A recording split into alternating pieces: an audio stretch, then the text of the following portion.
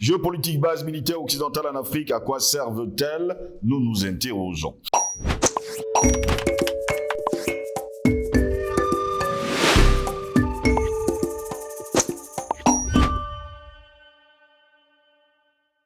Madame, monsieur, bonjour, très heureux de vous retrouver pour une nouvelle édition de Parole aux panafricanistes. Bienvenue à toutes et à tous. L'Afrique est à nouveau devenue un enjeu militaire majeur, cette fois-ci entre puissances, on va le dire, occidentales et surtout émergentes. Le continent africain n'avait plus connu pareille concentration de forces militaires étrangères sur son sol depuis la fin de la Seconde Guerre mondiale, puis par la chute de la guerre froide. La Chine a donc eu sa première base militaire à l'étranger, principalement à Djibouti, dans la Corne de l'Afrique, un signe certain de l'engagement accru de cette région avec le grenier du monde. Cette base, qui est navale, est installée à 2 pas de la seule base militaire américaine officielle en Afrique. Mais ce qui est faux, parce que tout le monde doit le savoir, l'île de Diego Garcia détient justement la plus grande base militaire américaine sur Terre. Et tout ça, c'est toujours sur le continent africain, il faut justement le préciser. Eh bien, on nous fait savoir que cette base militaire chinoise du côté de Djibouti va promouvoir, on va le dire ainsi, l'appui logistique aux flottes chinoises qui effectuent des tâches d'escorte dans le golfe d'Aden et des eaux au large de la côte somalienne. Bon, jusqu'à preuve de contraire, on veut bien voir ça parce que jusqu'à preuve de contraire, on sait que c'est géopolitique et surtout géostratégique. Quant aux États-Unis, engagés depuis une décennie, nous dit-on, dans la lutte contre le terrorisme qui est organisé, financé, entretenu par le groupe occidental sur le continent africain, il n'est pas du tout surprenant que leurs bases, pour la plupart non officielles, soient disséminées à travers le continent, marquant une influence presque omniprésente. Oui, il y a les bases militaires américaines sur le sol africain, nous le savons. La France, quant à elle, occupe également une place de premier choix grâce aux liens qu'elle entretient avec ses ex-colonies. Mais le passé colonial n'explique pas tout. Japon, Turquie, Émirats arabes unis, Arabie saoudite et bien d'autres pays encore, eux aussi, ont des bases militaires sur le sol africain. Aujourd'hui, une quinzaine d'États possèdent des bases militaires plus ou moins importantes sur le continent noir de manière permanente ou le temps d'une opération qui peut s'étaler sur plusieurs années. Parmi les plus influents, donc, mesdames, messieurs, nous avons les États-Unis avec 16 bases militaires sur le continent africain. Oui, vous devez le savoir. Et la France présente dans 11 pays où sont mobilisés plus de 10 000 hommes.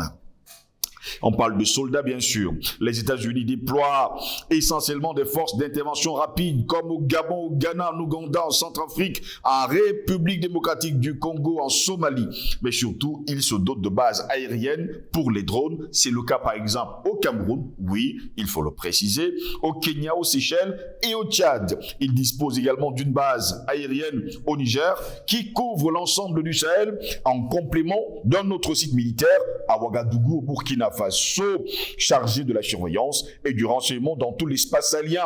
Mais c'est à Djibouti où est implanté leur commandement militaire pour l'Afrique, Africom, eh bien, qui se trouve la plus grande concentration de troupes américaines sur le continent. Cette force de 4000 hommes est en outre leur seule base permanente, les autres étant installés ou déménagés en fonction des théâtres d'opération et de leur ampleur. D'ailleurs, en parlant de Djibouti, eh bien là-bas, le chef de l'État est le seul à avoir sur son sol plusieurs bases militaires étrangères, américaines, françaises, chinoises, et j'en passe à se poser des questions de savoir que veut finalement le Djibouti. En tout cas, ce n'est pas notre interrogation, notre grande interrogation, c'est celle-ci. Géopolitique, base militaire occidentale en Afrique, à quoi servent-elles?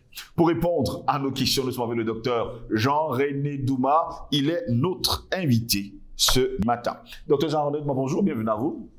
Bonjour, monsieur Steve Jocelyn Goskos. Merci pour cette autre invitation. Bonjour aux millions de téléspectateurs, le milliard bientôt, de Panafricanist TV. Et bonjour à l'Afrique et au monde qui nous suit. Très heureux de vous avoir, docteur Jean-Alain Douma. Merci d'avoir pris de votre temps pour quitter vos étudiants que vous aimez tant pour répondre à notre invitation. Beaucoup de courage d'ailleurs dans le travail que vous faites parce que vous êtes là pour nous apporter des intellects de demain en espérant justement qu'ils vont entrer dans le combat parce que le combat, il est très rude. Nous parlons de géopolitique. Docteur Jean-Alain Douma, base militaire occidentale en Afrique. Une question, et c'est la question des Africains. À quoi servent-elles ces bases militaires?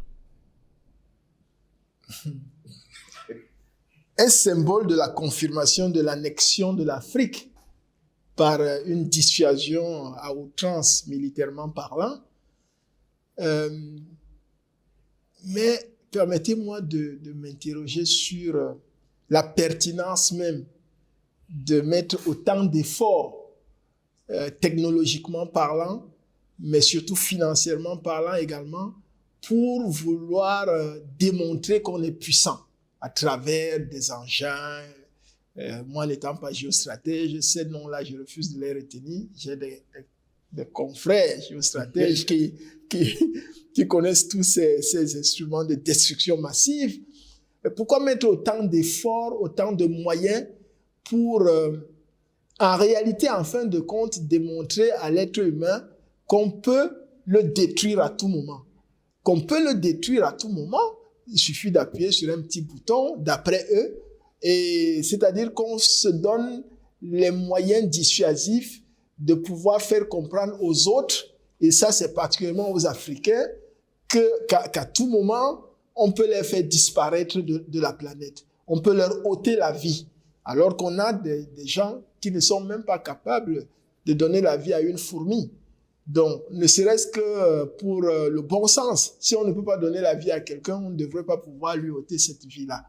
Donc ça, c'est une interrogation qui est très importante parce que je pense que le développement technologique, les innovations devraient être au service de l'être humain.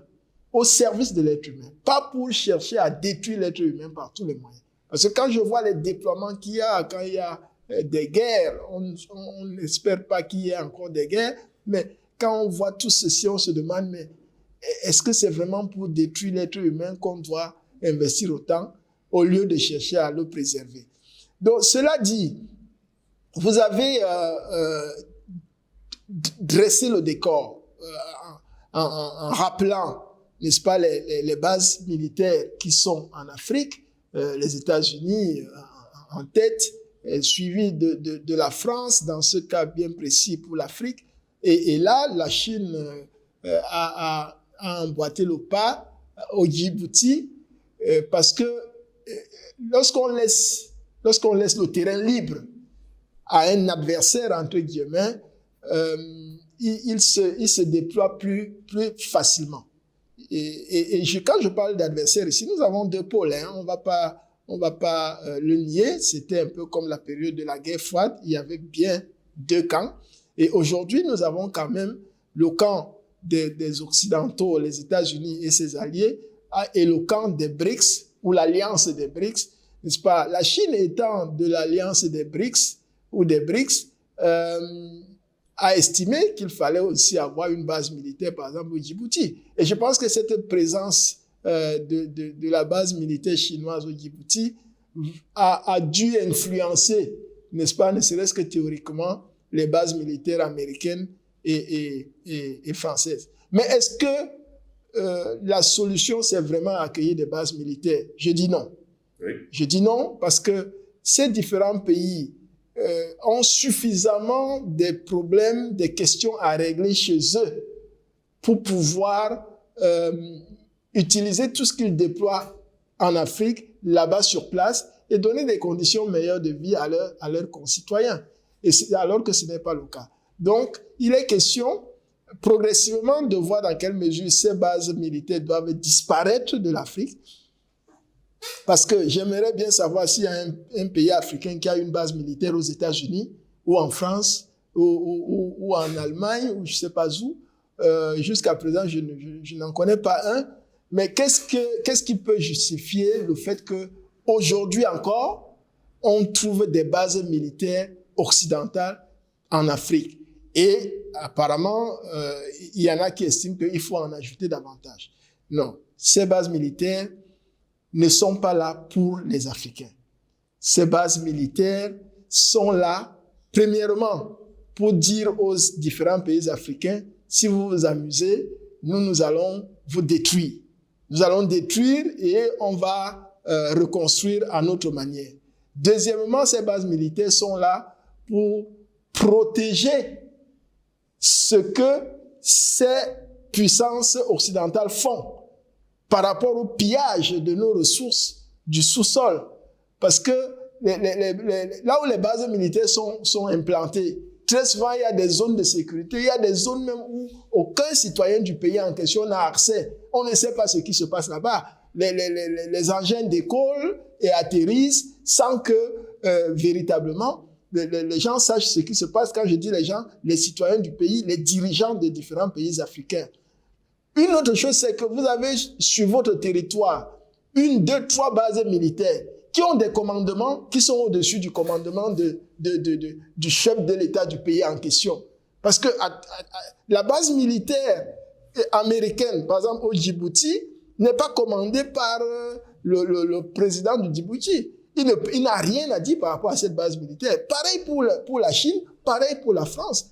Mais est-ce que vous pouvez donc dire que si vous avez un pays souverain, est-ce que vous pouvez dire que vous avez un pays dont vous contrôlez vraiment les frontières et pour lequel vous donnez des garanties de sécurité à vos citoyens et au bien des citoyens? Mais la question, c'est non.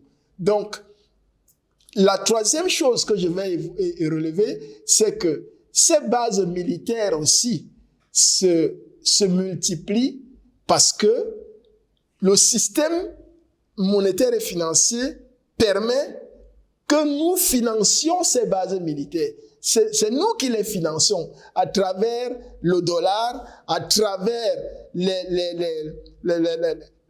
soi-disant crédits que la Banque mondiale nous accorde ou le FMI, à travers ce qu'ils appellent les aides. Et donc, nous n'avons pas accès, par exemple, au Forex, qui est le marché international des devises, parce que nous n'avons pas de monnaie, donc on ne peut pas y avoir accès. Donc, ces bases militaires se développent et sont entretenues parce qu'elles coûtent très très cher. Hein, les bases militaires en question coûtent très très cher parce que nous sommes dans le dollar. Parce que nous sommes dans le dollar, être dans l'euro, c'est toujours l'euro, c'est la fille du dollar.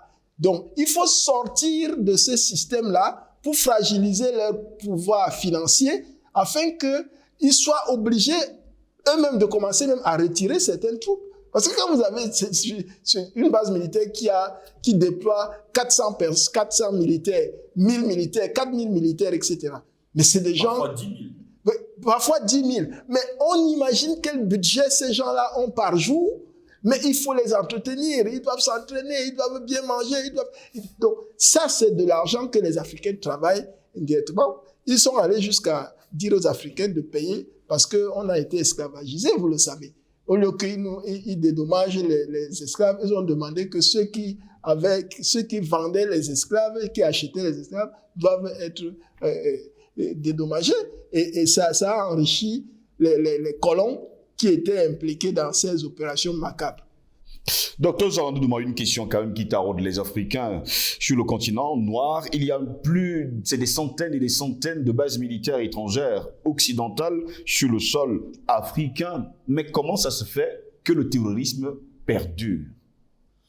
Le terrorisme perdure parce que ces bases militaires ne sont pas là pour l'Afrique. Elles sont là, et votre question est extrêmement pertinente, elles sont surtout là également, parce que je n'ai pas évoqué ça, pour pouvoir entretenir le terrorisme, pour entretenir la politique du chaos. C'est pour ça que les bases militaires sont là, parce qu'elles parlent du renseignement, de la protection de ci et ça, etc., de la détection de ci et ça. La détection de quoi? Des ressources minières. Le renseignement, ça dépend de ce que vous voulez dire. Alors, comment les terroristes gagnent du terrain alors qu'il y a des bases militaires? La question est hautement pertinente. Ça signifie que les bases militaires qui sont là entretiennent les terroristes, protègent les terroristes. Parce que si on a une base militaire qui n'est pas capable d'en découdre avec quelques malfrats par moto, des gens qui se débrouillent pour pouvoir mener des actions sporadiques. Mais c'est qu'il y a un problème. Ça veut dire que ces puissances qui ont les bases militaires ont un programme de recrutement des terroristes, de formation de ces terroristes-là, de financement des terroristes, d'armement de ces terroristes. Vous savez qu'ils vont jusqu'à mettre l'embargo sur certains États africains qui ont des terroristes à leurs frontières, qui parfois ont des terroristes sur une partie de leur territoire. Par exemple, le Centrafrique, on vous dit que vous l'État, vous n'avez pas le droit d'acheter des armes, mais on arme, n'est-ce pas, les terroristes pour qu'ils viennent déstabiliser le pouvoir en place ou créer des coups d'État et même parfois même les assassinats pour créer une situation qui va permettre qu'il y ait une instabilité permanente entretenue. Et s'il y a instabilité permanente entretenue, évidemment, comme je l'ai dit tantôt, les bases militaires en question qui ont un personnel diversifié et spécialisé dans plusieurs tâches vont continuer de puiser les matières, n'est-ce pas, qui sont généralement les minéraux tels que l'uranium, l'or, le diamant, et puis les envoyer dans les différents pays qui sont propriétaires de ces bases militaires et dont l'Afrique ne pourra jamais décoller de cette manière-là. Et vous savez que beaucoup de grands hommes l'ont rappelé, surtout l'Afrique ne doit pas s'industrialiser. Et dans une atmosphère comme celle-là, il est clair que l'Afrique ne peut pas créer des conditions pour pouvoir commencer à travailler, pour se développer, parce qu'on ne peut pas se développer sans passer par l'industrialisation, qui consiste à explorer nos minéraux, à les exploiter, à les transformer, créer de la valeur ajoutée et à décider de leur prix, à qui on les vend et à combien on les vend. Et ça, les Occidentaux, ceux qui ont des bases militaires, les Américains et particulièrement les Français, ne veulent pas que ça se passe de cette manière. Parce qu'on aura des moyens de pouvoir continuer de voler de nos propres ailes. Et ça, ils ne le veulent pas.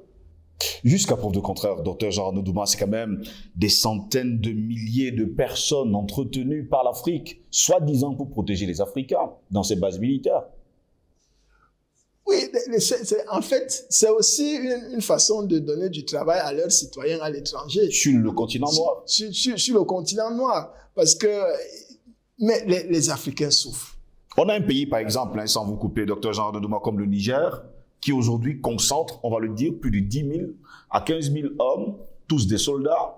Ceux qu'on a chassés du côté du Centrafrique, qu'on a chassés du côté du Mali, du Burkina Faso, sont revenus s'installer au Niger. Là encore, le même président, M. Bazoum, a appelé l'OTAN. Là-bas aussi, il y a des Européens, et j'en passe, des Américains, tous dans un seul et même territoire qu'on appelle le Niger. Oui, mais M. Bazoum, moi je ne sais même plus comment le qualifier. Il est le chef d'État du Niger. Vraiment,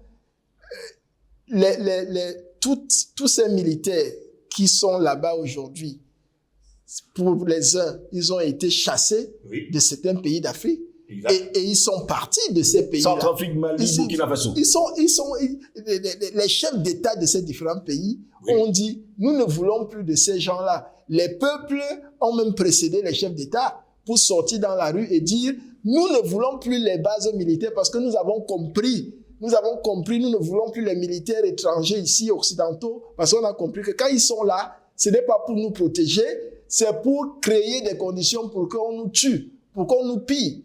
Donc, et les dirigeants ont suivi le cri de cœur des populations et ont dit, OK, dans ce cas, nous vous demandons très gentiment de partir. Mais ils devaient rentrer dans leurs différents pays d'origine, c'est-à-dire en France, aux États-Unis et que sais-je encore. Mais lorsque M. Bazoum, vraiment, parce que j'ai de la peine à dire le président, lorsque M. Bazoum accueille tous ces militaires-là, des milliers de militaires dont il n'a aucune maîtrise, mais ça signifie que lui, il vend carrément l'Afrique à travers le Niger. Parce que quand ils sont au Niger, ils représentent une menace pour au moins tous les pays de la zone ouest africaine. De la zone ouest africaine. Donc, c'est dommage que malgré la fragilisation des puissances telles que les États-Unis et la France notamment, qu'il y a encore des chefs d'État comme ça qui sont des laquais,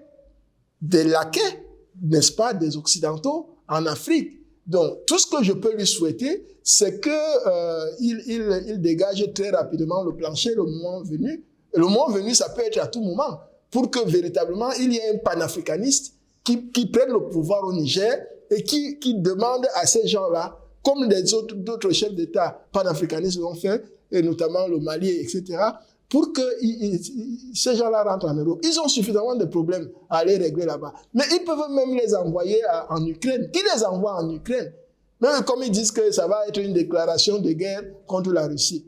Mais tout ce qu'ils font là, ce n'est pas une déclaration de guerre. Qu'ils envoient ces troupes-là en Ukraine, lutter là-bas. Si ces gens-là ont vraiment, comment dire... Sont-ils vraiment des militaires ou des mercenaires? C'est la vérité. En Afrique, ce sont des mercenaires. En Afrique, ce sont des mercenaires. Vraiment, c'est pas exagéré, ce sont des mercenaires parce que c'est eux qui forment d'autres terroristes, c'est eux qui forment des gens qui sont en train de créer des problèmes en Afrique tout le temps. Donc, ça ne peut pas être des militaires. Un militaire doit quand même être quelqu'un qui est un citoyen, qui a de la discipline, qui a de l'équité, qui cherche du bien pour tout le monde. Mais un militaire qui est là et qui renseigne les terroristes, qui les protège, hein, et il ne peut pas être désigné comme étant militaire, c'est des mercenaires. Docteur Gérard Douma, la présence quand même des militaires occidentaux sur le continent africain gêne énormément. D'ailleurs, on les voit souvent se balader. Je prends le cas par exemple du Gabon, du Niger, de la Côte d'Ivoire, avec des armes dans les rues et allant même dans les boîtes de nuit, les snack bars. Oui. Mais les autorités de ces pays, Motus et Bouskouji, ne disent rien. Non, M. Singos, il faut que les panafricanistes prennent le pouvoir dans les différents pays. Notre combat, c'est que les panafricanistes prennent le pouvoir et que la jeunesse qui nous suit, qui a compris comment est-ce qu'il faut désormais percevoir ces gens-là, continue ce combat afin que, au-delà d'un chef d'État, le peuple soit suffisamment sensibilisé. C'est dommage et ça fait très mal de voir qu'au moment où les choses évoluent dans le sens que nous souhaitons, avec l'Alliance des BRICS qui demande de venir renforcer le pôle, afin que la peur que certains chefs d'État ont encore puisse au moins diminuer, parce que quand on a demandé à ces gens-là de partir du Mali, il ne s'est rien passé. Le Mali, il se porte même de mieux en mieux. Au Burkina Faso, pareil, etc. Donc, vraiment, tout ce que je peux dire, c'est que ces dirigeants qui sont les endocolons dégagent le plancher et nous allons les aider à pouvoir le faire parce que le peuple doit avoir le seul mot. C'est le peuple qui incarne la souveraineté. Ce n'est pas un dirigeant, c'est le peuple. Et tant que le peuple va demander que ces gens-là se comportent d'une certaine manière et qu'il va insister, ils vont partir. Ils partiront. Merci à vous, Dr Jean Douma, d'avoir été des nôtres encore ce mercredi matin. Merci de m'avoir invité. Comme le déclarait Fort, quelqu'un que j'aime bien, la guerre n'a qu'un seul vrai héros, la mort. Et la mort se moque bien de la victoire. Au plaisir de vous retrouver très prochainement pour une nouvelle édition de Parole panafricaniste. Vous connaissez nos plateformes numériques, YouTube, Facebook, Instagram et TikTok. Likez encore, partagez au plus grand nombre pour que Panafricaniste TV soit connu de par le monde. Bonne journée à toutes et à tous.